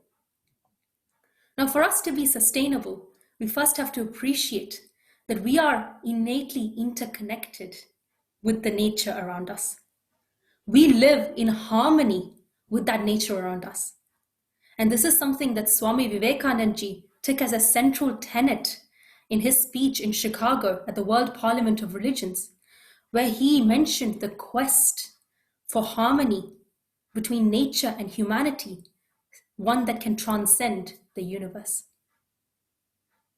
So for us to realize this harmony within ourselves, and that harmony we can then shape the nature around us, the society around us, that leads to a state of sustainability. So for anything to be sustainable, we can ask ourselves maybe 3 simple questions. 1, for something to be sustainable, can it live beyond you and I and live in accordance with the natural laws of nature? 2, for anything to be sustainable, does it maximize the benefit, minimize harm, and is of compassion? 3, for anything to be sustainable, is it something where we are giving more than we are taking in? So that brings us to this topic of veganism today. Is veganism sustainable? I will leave you to ponder upon that after we have taken this journey together. So the term veganism only came about in the early 1940s by a gentleman, a Mr. Donald Watson, who was a co-founder of Vegan Society. And it's defined as a philosophy and a way of living which seeks to exclude, as far as possible and practicable, all forms of exploitation of and cruelty to animals for food, clothing, or any other purpose, and by extension, promoting the development and use of animal-free alternatives for the benefit of animals, humans, and the environment. So typically when we think of veganism, we automatically think of food. But veganism is more than that. It is a lifestyle, it is a philosophy, and it is a way of living. And whilst this formal definition was only coined in the early 1940s, aspects of leading a vegan life is something that is embedded and ingrained in our civilization, dating back to the early practices of our rishis. So we can start by looking at how sustainable veganism is through the different lenses. And we can start with ourselves. So if we look at our own selves in looking at promoting that harmony and well-being, both in the physical sense and in the underlying emotional and spiritual sense, what is the impact of adopting a vegan lifestyle? Now, I'm a junior doctor, so I'm very fascinated by the food that we put into our bodies and the impact that that takes. And so actually, there's a lot of study that's been done looking at the differences between animal protein and plant protein. Plant protein has a lot of phytonutrients, a lot of amino acids, a lot of fiber that packages it, making it palatable and digestible for the human body. Animal protein, on the other hand, lacks these packaging materials, so it is not very palatable. And actually, animal protein is well known to release a lot of inflammatory molecules into our body, where our body goes into a state of heightened intensity. And in the long term, this can lead to chronic conditions affecting our heart, inflammatory conditions of our bowels, and even, in some cases, a higher predisposition to cancer. A lot of dietetic associations, where I come from, the British Dietetic Association, actually state that a complete vegan diet is more than adequate for anyone of any age, even those who are pregnant and breastfeeding. A lot of athletes today, right from the football champion Alex Morgan, who was part of the 2019 FIFA champion, Venus Williams, and so many other athletes across different disciplines, swear by their excellent standards of performance to their vegan diet. Now that is in the physical sense, right? If we dive down a bit deeper into the underlying spiritual and emotional sense, we can go back to the early pages of our philosophy. And I'm sure many of us may have come across the idea of the 3 gunas, sattva, rajas, and tamas. Now, sattva is a state of balance. Rajas is one of high energy, and tamas is one of inertia. To adopt a sattvic lifestyle, one that is promoted by consumption of certain products, an attitude towards living, results in a state of contentment, a state of joy, and a state of goodness. And early texts actually point to the consumption of whole vegetables, whole fruits, whole grains, all very compatible to a vegan lifestyle. The more that we complement with things that are simple, things that are in natural accordance with the nature around us, the more we are able to find that underlying harmony within our being. And when we are able to find that underlying harmony in the food that we consume, our mind, our thoughts, we become a lot more aware, a lot more focused, and we start to enhance that sense of harmony within ourselves. We start to exercise a sense of compassion within ourselves, and we can then start to exert that to the world around us. So veganism to the self. Is it sustainable? Now, for lunch today, I had a little bit of spinach dal and a cup of chai. And we all consume food. We take it out of the packaging or we cook some food. And most of us just consume and we think about, how healthy it is, how tasty it is. And maybe some of us think about how healthy it is. But how many of us actually take a step back and think about the journey that has gone through for an end product of food to end on our plate? For me to have that spinach dal and that cup of chai, how much land was used? How many animals were slaughtered?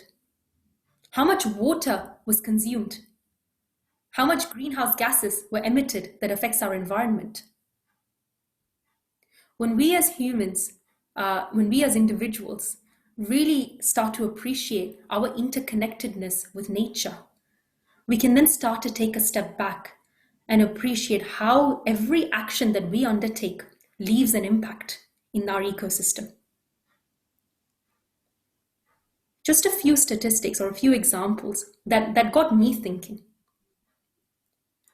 Every year that we consume animal products, every year we kill 150 billion land animals for our consumption.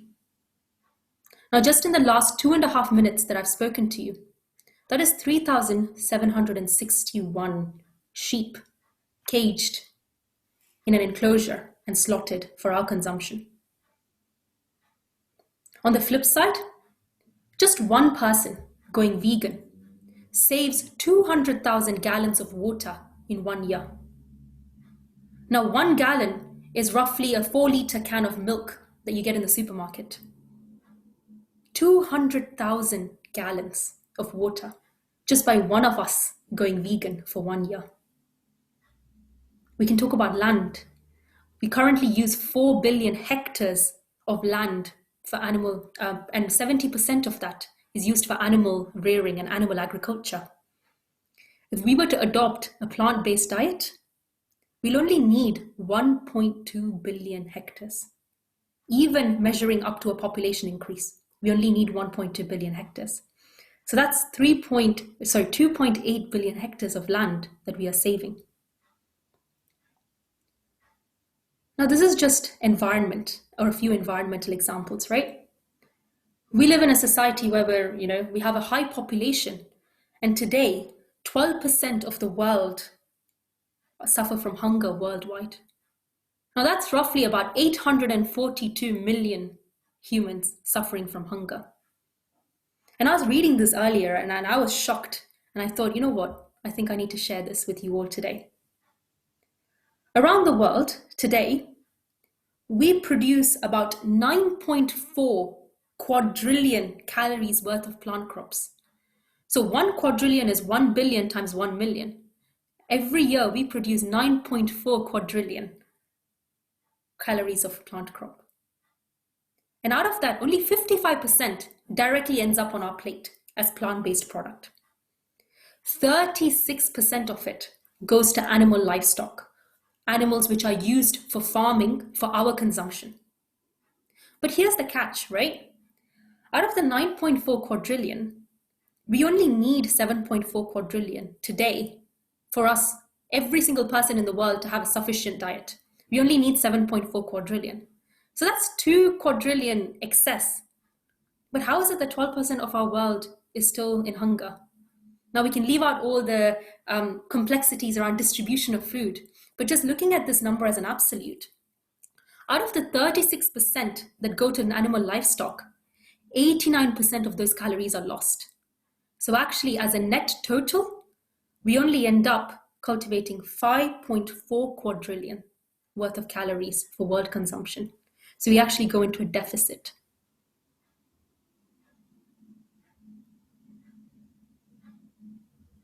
Now we are blessed, we are privileged to be inherently brought up in a culture, in Bharat, where we don't just view the earth that we surround as something we take for granted, but one that we endearingly call Bhumima. We are inherently brought up with values where we give food to the birds before we consume it. We try and avoid all waste products. And we look at the divinity that exists within every being in the nature around us. This is again one of the central tenets of Vedantic thought that Swami Vivekananda popularized in the West. So if you and I are viewing each of these beings as one of our own, what gives us the right to take the life of another?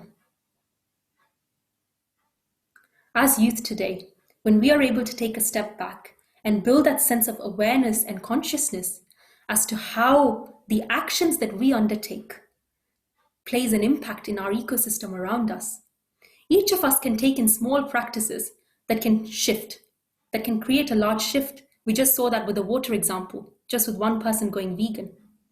Simple practices such as sourcing from a local food shop, such as adopting a plant-based diet wherever possible, reducing consumption of plastic products where possible, not only enhance and uplift our inner state of being, but also enhances the harmony in the world that we live around us. At the National Hindu Students Forum UK, where I currently serve, every single one of our national events and initiatives, we'll only serve vegan food and we only use biodegradable product. And some of the events that we held before COVID used to attract close to 1,000 students.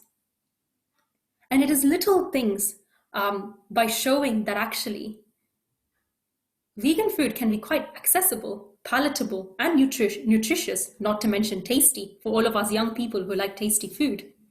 But it leaves a nudge, it leaves a seed planted in the students' minds, because when they go away and they think about, okay, I've just consumed no animal products and no plastic in this one meal that I've eaten.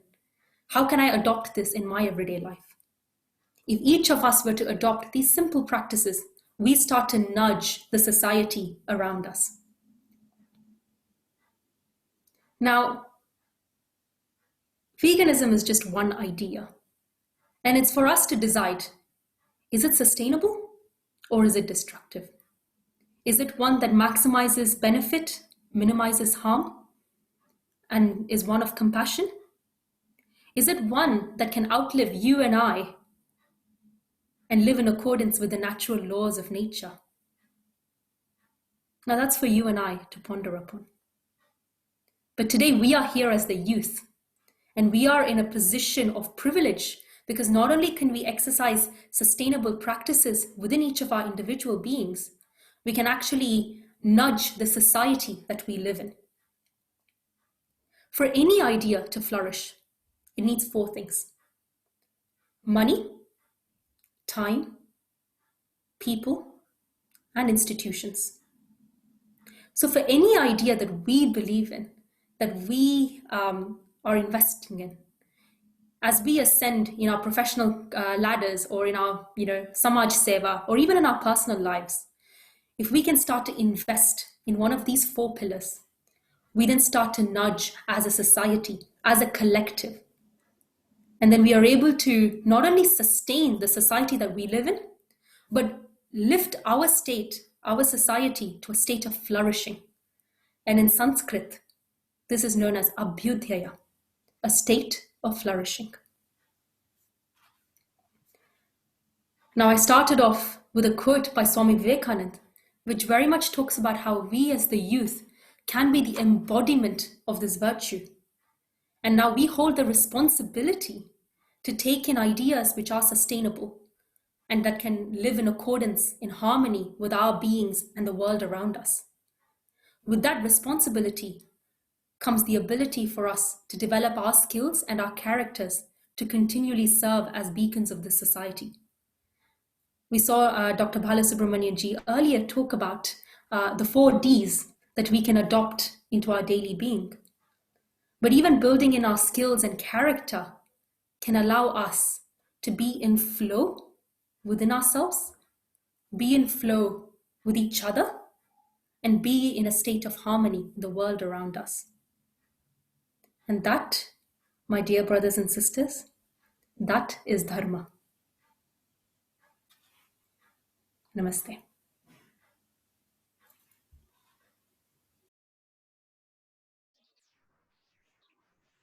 Thank you, Akshaya ji, for this really interesting and wonderful talk.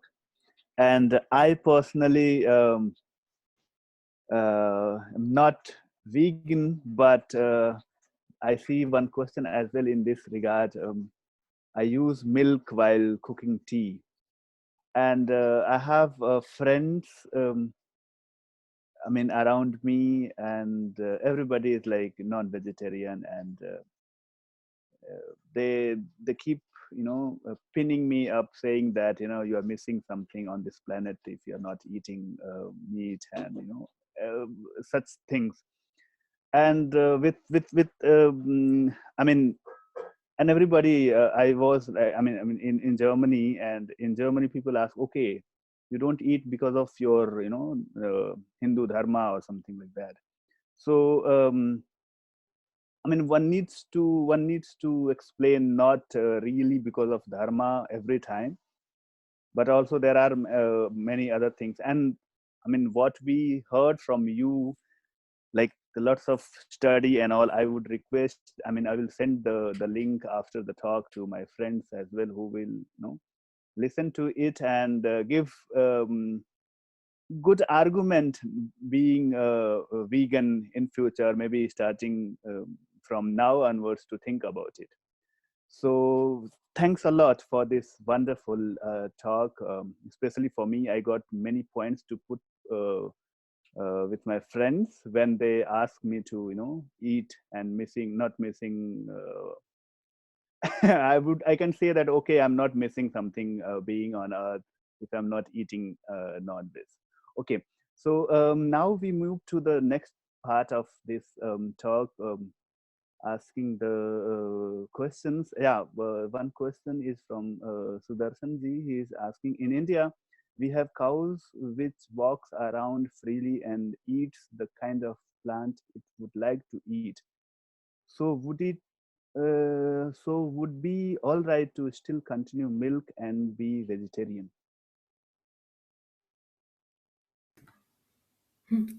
Thank you for the question, Sudarshan ji.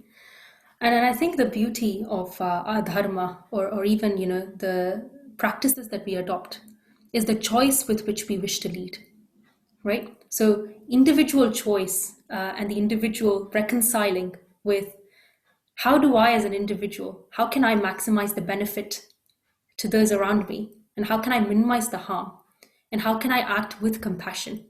That is the threefold question I guess one can ask when they wish to either consume something or act in a certain way, or even adopt an idea. In Sanskrit, these terms are known as hit, meet, and preet, and it's actually from the Dharma Shastras. But it's very practical and palatable way to adopt when we are faced with a question of what should I do. So in that aspect, I guess I'll answer another question that came in the chat, and maybe that can help with this question as well. If we are aware of what we are consuming and how we are experiencing this world and where that comes from, and if we are happy with the fact that actually I'm able to act with compassion and maximize the benefit and minimize harm, then that's something that we can reconcile with saying, I'm living in harmony with nature around me. So as an example, in ancient times, or even in parts of Bharat today, many households will have cows at their home at the back, where it's lovingly reared, lovingly brought up like a member of their own family. They are milked with love, milked out of pure necessity, not for overconsumption. They are kept with love, they're nourished with love, and that milk is consumed. So that, for that individual, is something that is in accordance with harmony. So similarly, if we can be satisfied or we can be content with being aware of where things that we consume, whether that's food or products or anything, we can be consumed with what impact we are creating, then the choice is ours. There is no absolute sermon here or no preaching that, we all have to turn vegan today. It's for each of us to hold this at the forefront of our consciousness and start to build upon our awareness.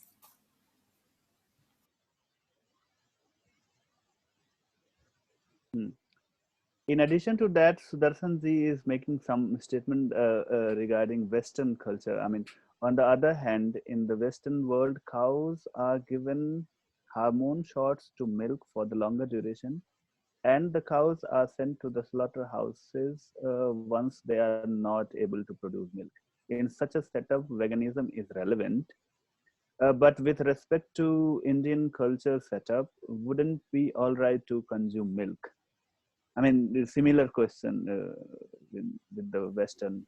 Yeah, what do you say? No, again, it goes back to each of us as individuals. The beauty of our Hindu Dharma is that we don't follow one set of organized beliefs. We all have inherent value systems that we all adopt, value systems of compassion, respect, honesty, integrity, resilience. But how we wish to exercise that and how that impacts the world around us is a constant web of choice and consequence that we live in. So that is up to us as to how we wish to exercise this choice and how that consequence will ultimately impact the world around us. Yeah, then the next question is from Deepak ji.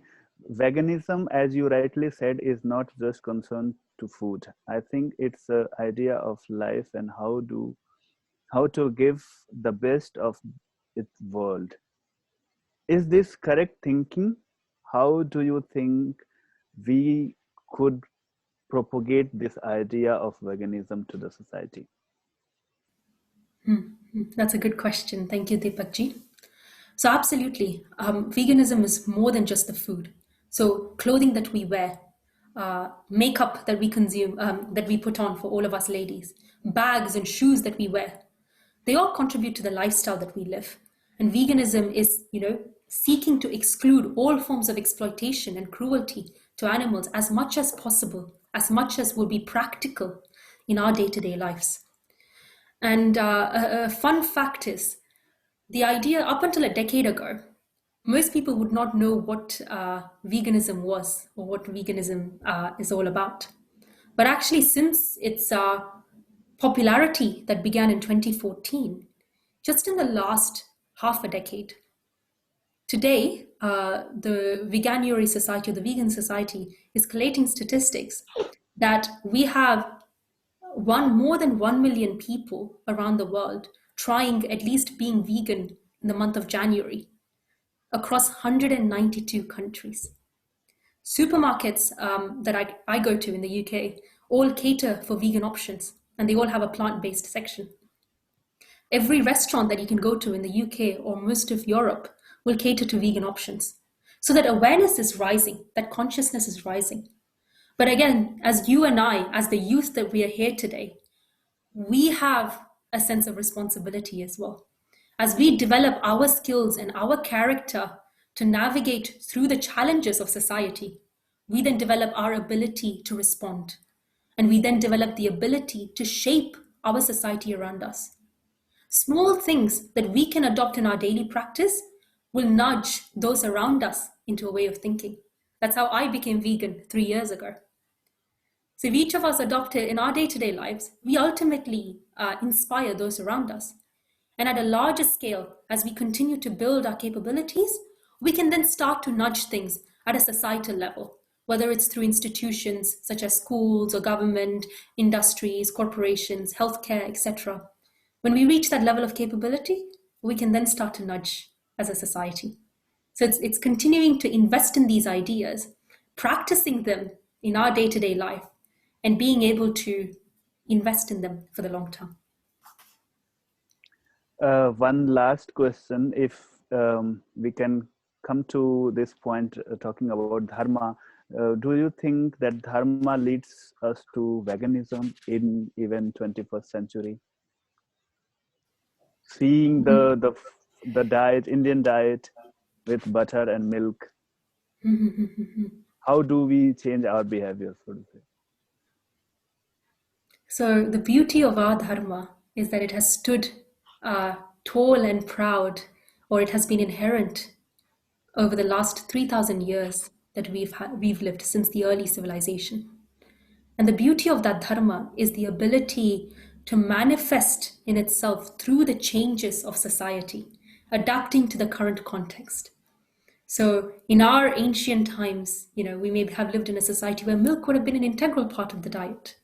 But today we live in a society where milk no longer becomes a necessity with the range of alternative products that we live in, just as an example. But to be dharmic is to practice with this notion of hit, meet, and preet, the notion of maximizing benefit, minimizing harm, and to be in compassion. It's a notion of leading to flourishment of ourselves as individuals and ultimately the society that we live in. A state of flourishing that can lead us closer to that absolute truth, Satya. So absolutely, if it's something that we can adapt to and still maintain the core values outlined in the principles of dharma, it is very much practicable in the society that we live in today. One of the organizations that we closely work with, called as Vichar Manthan, is actually hosting an event next week called How Will the West Embrace Dharma?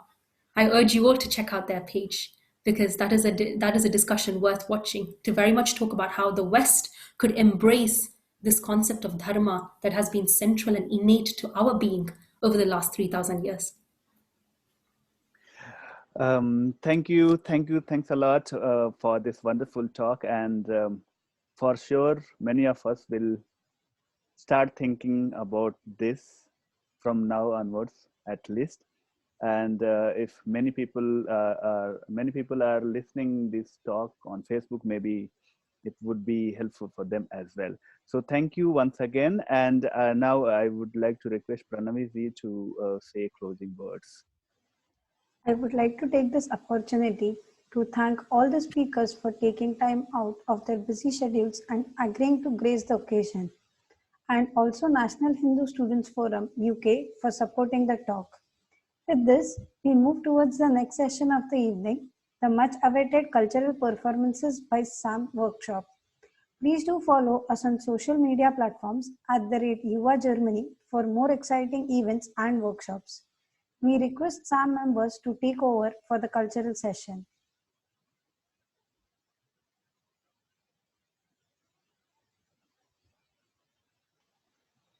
Thank you everyone. Namaste everyone. Very good evening to all of you. This is Achal and I am part of SAM, which is a youth empowerment drive from India.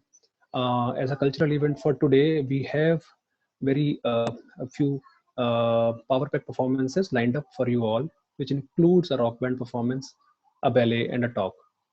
I believe you already have the YouTube link for the event, though I will also share the link here in the chat window for everyone's convenience. You just need to tune into the given link as we start the event at 6:15 p.m. sharp. Thank you and see you at SAM.